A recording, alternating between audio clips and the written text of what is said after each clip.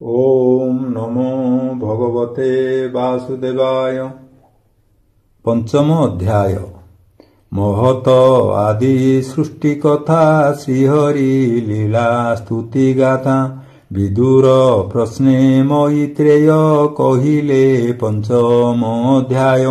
श्री शुक उवाच शुण हे कुरु नृपवर गंगार तीरे से विदुर। से गंगा तीर उपवने दृढ़ निश्चले योगासने। अगाध बोध ब्रह्म ऋषि वृक्षर मूले छन्ति बसी। मैत्रेय नाम ताहांकर तेजे कि विराजे भास्कर। तांको समीपे बेगे जाई कपाळे बेनी कर देई। गोविंद भाव घेनी हृदे विदुर पुच्छिलानंदे। विदुर उवाच भो ब्रह्म मुनि मोते कह ए मोर मन रे संदेह। ए जीव लोक सुख अर्थे कर्म संपादु थाई नित्ये। केबे दुख न चिंतई निष्काम मार्गे न रहई। सुख चिंतन्ते दुख लभे कह ए केवल प्रस्तावे। कृष्ण विमुख जेते नर कर्म अभाग्य ताहांकर। वंचित गुरु धर्म दीक्षा काहू पाइबे सुख बांछा। कृष्णर अनुग्रही जने भूत भविष्य वर्तमाने। तांको कुशल आचरन्ति क्षेमेण संसारे भ्रमन्ति। हे साधु जनंकर सार कह साधु मार्ग विचार। जे मार्गे कृष्णंकु आराधि प्राणी लभन्ति सर्वसिद्धि।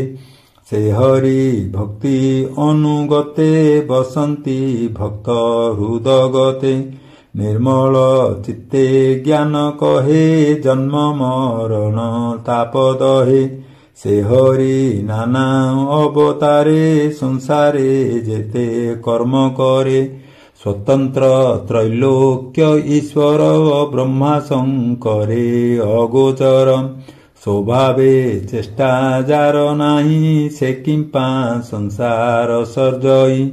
ब्रह्मांडे करे नाना मूर्ति जे जीव जे मन्ते जीवन्ति। जीवंकु हृदे भरी सोए केवल आत्मतंत्रे रहे। जोगेश्वरंक अधीश्वर जे मन्ते बहुत प्रकार। ब्रह्मादि रूपे प्रकाशई रवि जे सने शून्य थाई। क्रीड़ा विहारे ए जगते गोविप्र देव रक्षा अर्थे। कर्म करई से जे मन्ते रूप प्रभेदे बहुमते। से हरि चरित अमृत शुणी संतोष नोहे चित्त। से आदि लोकनाथ हरि जेय बा तत्व आश्रय करी। लोक अलोक लोकपाल अनेक भुवन मंडल। नाना प्रकारे भेद करी प्राणीक कर्म सूत्र धरी। से नारायण आत्मजोनि विश्व सर्जई जाकु घेनी।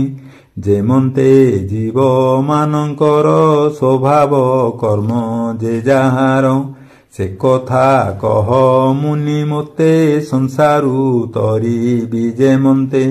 पर अपर धर्म जेहि गोविंद कथा नाही जहि। व्यासंक मुखु अनुक्षणे शुणिछि बहुत श्रवणे। श्रीकृष्ण कथा मृत रस पानरे सर्वदा मोआसम। कृष्ण चरित तीर्थपद हरई विषया विषाद। सकल सत्रे मुनिगणे जार चरित अनुक्षणे। स्तुति करन्ति आत्मालाभे केवल आत्मज्ञान लोभे। से कथा पशी कर्णद्वारे सुतीक्ष्ण चक्र धरी करे। যে কর্ম গৃহ বন্ধে থাই ত্রিগুণ রজ্জু গଳେ দেই জন্ম মରଣ ମାର୍ଗେ ଟାଣେ ସେ କର୍ମ ଛେଦେ ତତକ୍ଷଣେ ଏମନ୍ତ କୃଷ୍ଣ ଗୁଣ ଯେତେ କେତୃପ୍ତ ଶୁଣି କର୍ଣ୍ଣପଥେ ତୁମ୍ଭର ସଖା ମୁନି ବ୍ୟାସ ଭାରତେ କୃଷ୍ଣ ଗୁଣ ଯଶ ଅର୍ଥ କାମାଦି ଦ୍ୱାରା କହି ଯେଣେ ଶ୍ରୀକୃଷ୍ଣେ ମତି ହୋଇ ଯାହା ଶୁଣନ୍ତେ ଗ୍ରାମ୍ୟ ସୁଖେ ମନ ନ ରହେ ଅବା ଦୁଃଖେ ଯାହା ଶୁଣନ୍ତେ ନୀତି ନୀତି ନିବିଡ଼େ ବଡ଼ ପିରତି ସେ ହରି କଥାର ଶ୍ରବଣ ଅନ୍ୟ ନ ବାଞ୍ଚେ ତାର ମନ ସକଳ ଦୁଃଖ ହରେ ତାର ରବି ଯେ ସନେ ଅନ୍ଧକାର ଯେ ହରି କଥନେ ବିମୁଖୀ ତାର ଜୀବନ ସଦା ଦୁଃଖୀ ତାର ଆୟୁଷ ଗତି ସ୍ମୃତି କାଳର ବଳେ ନାଶ ଯାନ୍ତି ତାହା ନ ଜାଣି ମୂଢ଼ପଣେ ବିଅର୍ଥବାଦ ଅନୁକ୍ଷଣେ ଏଣୁ ଗୋବିନ୍ଦ କଥା ଯେତେ ଆଗମ ନିଗମ ଉକତେ ସକଳ କଥା ମଧ୍ୟେ ସାର ସର୍ବକଲ୍ୟାଣ ସୁଖ ଘର ଉଦ୍ଧରି କହ ବିପ୍ର ମୋତେ ଏ ଜୀବ ଆତ୍ମା ମୁଖ୍ୟ ଅର୍ଥେ ପୁଷ୍ପରୁ ସାର ମଧୁ ଯେହ୍ନେ ଉଦ୍ଧରି ମଧୁ କର ଆଣେ ଚିତ୍ତ ସନ୍ତୋଷେ ପାନ କରେ ନିର୍ମଳ ଭାବେ ଦିନ ହରେ ସୃଷ୍ଟି ପାଳନ ସଂହାରଣେ ଯେ ହରି ଆତ୍ମ ମାୟା ଗୁଣେ ଅଶେଷ ଶରୀରେ ବିହରେ ଅତି ମାନୁଷ କର୍ମ କରେ ନାନା ପ୍ରକାର ଶକ୍ତି ଧରେ ଯେମନ୍ତେ ସଂସାରେ ବିହରେ ସେ ହରି ଗୁଣ କର୍ମ ଯେତେ ଭୋମୁନି କହ ମୋ ଅଗ୍ରତେ ଶ୍ରୀ ଶୁକ ଉବାଚ ଏମନ୍ତ ବିଦୁରର ବାଣୀ ଆନନ୍ଦେ ମୈତ୍ରେୟ ଶୁଣି ଏ ଜୀବ ନିସ୍ତରେ ଯେମନ୍ତେ କହନ୍ତି ବିଦୁର ଅଗ୍ରତେ ମୈତ୍ରେୟ ଉବାଚ ବିଦୁର ସାଧୁ ତୋ ବଚନ ଯେଣେ ତରିବେ ଦୁଃଖୀ ଜନ ଯେ କଥା ହରି ପରାୟଣ ବିସ୍ତାରୀ ପୁଛୁ ତୁ କାରଣ ବ୍ୟାସଙ୍କ ବିଜେ ତୁ ସ୍ୱଭାବେ ଜନ୍ମ ଲଭିଲୁ ହରି ଭାବେ ମାଣ୍ଡବ୍ୟ ତହୁଁ ସାପ ପାଇ ତୁ ଯମ ଶୂଦ୍ର ରୂପ ବହି ବ୍ୟାସକ ନିଷ୍ଠ ଭ୍ରାତା କ୍ଷେତ୍ରେ ଯୋଜନ ଗନ୍ଧା ଅନୁମତେ ଶୂଦ୍ରାର ଗର୍ଭେ ତୋର ଜାତ ତେଣୁ ତୁ ବ୍ୟାସଙ୍କର ସୁତ ସେ ବିପ୍ର ସାପ ମୁଖ୍ୟ ଅର୍ଥେ ହରି ଭଜିଲୁ ଅବିରତେ ସେ ହରି ପ୍ରାଣ ତ୍ୟାଗ କାଳେ ବନେ ପିପଳ ବୃକ୍ଷ ମୂଳେ ତୋହର ଅର୍ଥେ ମୋତେ ଜ୍ଞାନ କହିଲେ ଦେବକୀ ନନ୍ଦନ ସେ ଜ୍ଞାନ ତୋତେ ମୁଁ କହିବି ଶୁଣନ୍ତା ପ୍ରାଣୀ ନିସ୍ତରିବି ସେ ହରି ଯୋଗ ମାୟା ବଳେ ଯେ ଲୀଳା ବିହାର ଶୟଳେ ବିଶ୍ୱସର୍ଜୟୀ ପାଳି ହରେ ଯେ ରୂପେ ଯେବା କର୍ମ କରେ ନାନା ପ୍ରକାର ଲୀଳା କରେ ଇଚ୍ଛାଏ ସଂସାରେ ବିହରେ ସୃଷ୍ଟିର ଅଗ୍ରେ ଭଗବାନ ଆତ୍ମାକୁ ଆତ୍ମା ରୂପେ ଜ୍ଞାନ ସେତେବେ ଏକ ରୂପେ ଥାଏ ସ୍ୱମାୟାଲୟ ତାର ଦେହେ କିଛି ନ ଦେଖେ ଏକ ଜ୍ୟୋତି ସେ ପୁଣି ଆତ୍ମଜ୍ଞାନେ ସ୍ଥିତି ଅଶେଷ ଶକ୍ତି ତାର ଦେହେ ନିଦ୍ରିତ ପ୍ରାୟ ସୁଖେ ରହେ ସେ ଶକ୍ତି ଜ୍ଞାନ ବଳେ ସ୍ମରି ତକ୍ଷଣେ ମାୟା ରୂପ ଧରି ସତ ଅସତ ଆତ୍ମା ତାର ଯେ ଭାବେ ନିର୍ମିତ ସଂସାର ସେ ମାୟା ମଧ୍ୟେ କାଳ ରୂପେ ତ୍ରିଗୁଣ ଗୁଣମୟେ କଳ୍ପେ ପୁରୁଷ ରୂପେ ବୀର୍ଯ୍ୟ ଥୋଇ ସେ ବୀର୍ଯ୍ୟେ ସ୍ୱୟଂ ପ୍ରକାଶଇ ଅବ୍ୟକ୍ତ ମଧ୍ୟୁ କାଳ ବଳେ ମହତ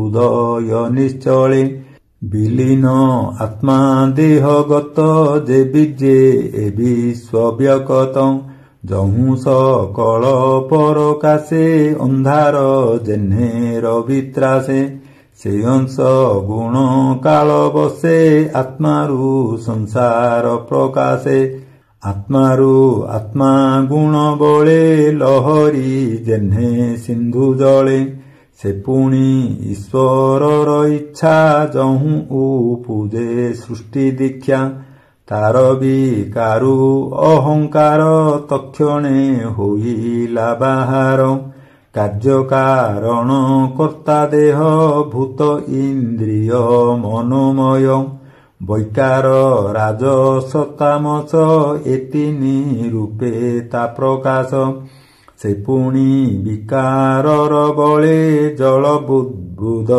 ଯେହ୍ନେ ଜଳେ ମନ ଉପୁଜିଲା ତକ୍ଷଣ ଇନ୍ଦ୍ରିୟ ଦେବତାଏ ପୁଣ ତୈଜସୁ ହେଲେ ଇନ୍ଦ୍ରିଗଣେ ଯେ ଜ୍ଞାନ କରମ କାରଣେ ତମୁ ଉପୁଜିଲା ଶବଦ ସ୍ପରଶ ରୂପ ରସଗନ୍ଧ ଏ ପଞ୍ଚ ସୂକ୍ଷ୍ମ ଗୁଣେ ମିଶି ଶବଦୁ ଗଗନ ପ୍ରକାଶୀ ସେ କାଳ ମାୟା ଅଂଶ ଯୋଗେ ବିଷ୍ଣୁର ଦୃଷ୍ଟିର ସଂଯୋଗେ ତହୁଁ ସ୍ପରଶ ଗୁଣ ହୋଇ ସ୍ପର୍ଶୁ ପବନ ପ୍ରକାଶଇ ତାହାର ତହିଁ ବେନି ଗୁଣ ଶବଦ ସ୍ପରଶ ଲକ୍ଷଣ ସେ ପୁଣି କାଳେ ବିକାରିତ ଜ୍ୟୋତି ତାହାର ତହୁଁ ଜାତ ସେ ଜ୍ୟୋତି ମଧ୍ୟରେ ରୂପ ଥୋଇ ଶବ୍ଦ ସ୍ପରଶ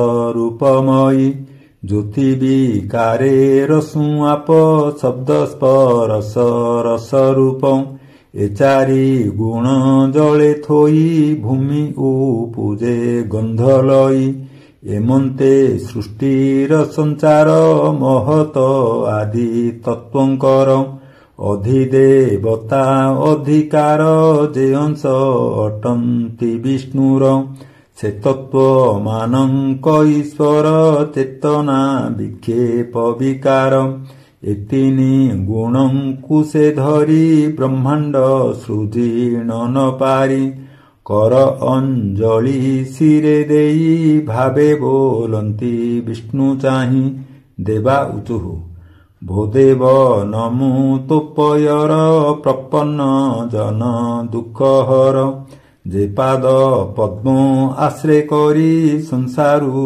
ତରନ୍ତି ସଂସାରୀ ହେ ଧାତା ତୋର ମାୟା ବଳେ ଅଶେଷ ଜନ୍ତୁ ଏ ଶୟଳେ ହୁଅନ୍ତି ତାପତ୍ରୟେ ଭ୍ରମ ଏଣୁ ଲଭନ୍ତି ପ୍ରାଣୀଶ୍ରମ ତୋ ପାଦ ପଦ୍ମ ଛାୟା ତଳେ ଯେ ପ୍ରାଣୀ ରହନ୍ତି ନିଶ୍ଚଳେ ସେ ଏ ସଂସାରୁ ତରି ଯାନ୍ତି କେବେ ହେଁ ଭ୍ରମେ ନ ପଡ଼ନ୍ତି ଏଣୁ ତୋ ପାଦ ସେବା ଅର୍ଥେ ଆମ୍ଭେ ରହିବୁ ଏ ଜଗତେ ତୋ ମୁଖ ପଦ୍ମ ନୀଡ଼ ପ୍ରାୟ ଯେ ଦେବ ପକ୍ଷୀଙ୍କ ଆଶ୍ରୟ ଯେ ଦେବ ଚିନ୍ତି ମୁନି ଜନେ ଆଶ୍ରେ କରନ୍ତି ଯେ ଚରଣେ ସେ ପାଦ ଛୁଇଁ ତୀର୍ଥବର ଗଙ୍ଗା ଯେ ସ୍ୱଭାବେ ନିର୍ମଳ ସମ୍ପୂର୍ଣ୍ଣ ଅଘମର ଶଣ ସେ ପାଦେ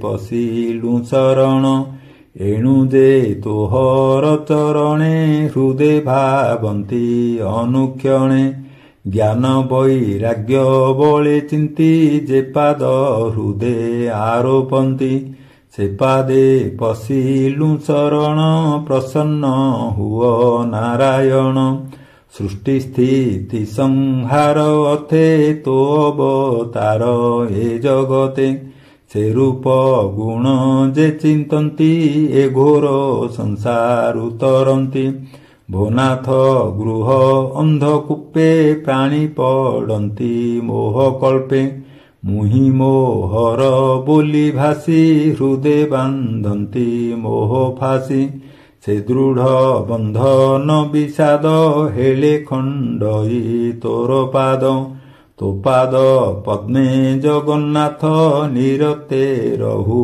ଆମ୍ଭଚିତ୍ତ। ଅଶାନ୍ତ ଇନ୍ଦ୍ରୀ ଗଣ ବଳେ ହରନ୍ତି ଯାମନ ଚଞ୍ଚଳେ। ଆତ୍ମାର ପଥ ନ ଦେଖନ୍ତି ଯେ କଳ୍ପେ ସମ୍ପଦ ବିଭୂତି। ତୋ କଥା ସୁଧା ରସ ପାନେ ବଢ଼ନ୍ତା ଭକ୍ତି ଦିବ୍ୟ ଜ୍ଞାନେ। ବୈରାଗ୍ୟ ସାର ସେ ଲଭନ୍ତି ନିର୍ଭୟେ ବିଷ୍ଣୁ ଲୋକେ ଯାନ୍ତି। ଅପରେ ଯେତେ ମୁନି କୂଳେ ଆତ୍ମସମାଧି ଯୋଗ ବଳେ।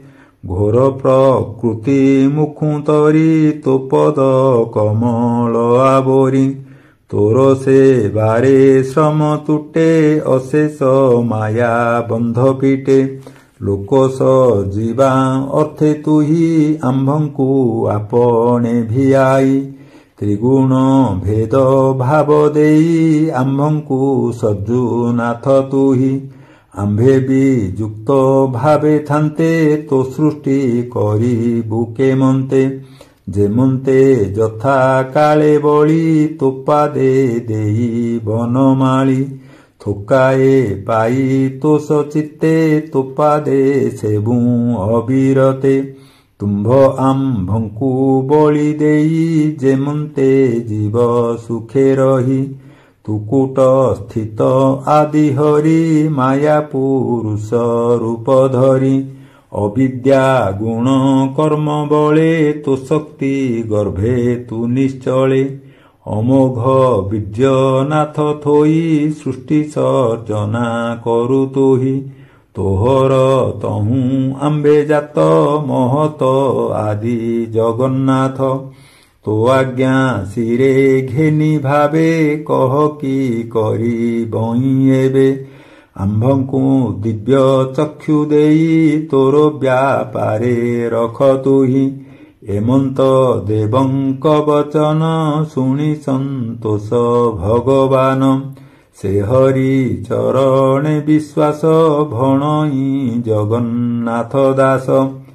ଇତି ଶ୍ରୀମଦ୍ ଭାଗବତେ ମହାପୁରାଣେ ପାରମହଂସ୍ୟାଂ ସଂହିତାୟାଂ ତୃତୀୟ ସ୍କନ୍ଧେ ମହଦାଦ୍ୟୁତ୍ପତ୍ତେର୍ନାମ ପଞ୍ଚମୋऽଧ୍ୟାୟः। ଶ୍ରୀକୃଷ୍ଣଂ ସମର୍ପଣମस्तु। ଓಂ ନମୋ ଭଗବତେ ବାସୁଦେବାୟ।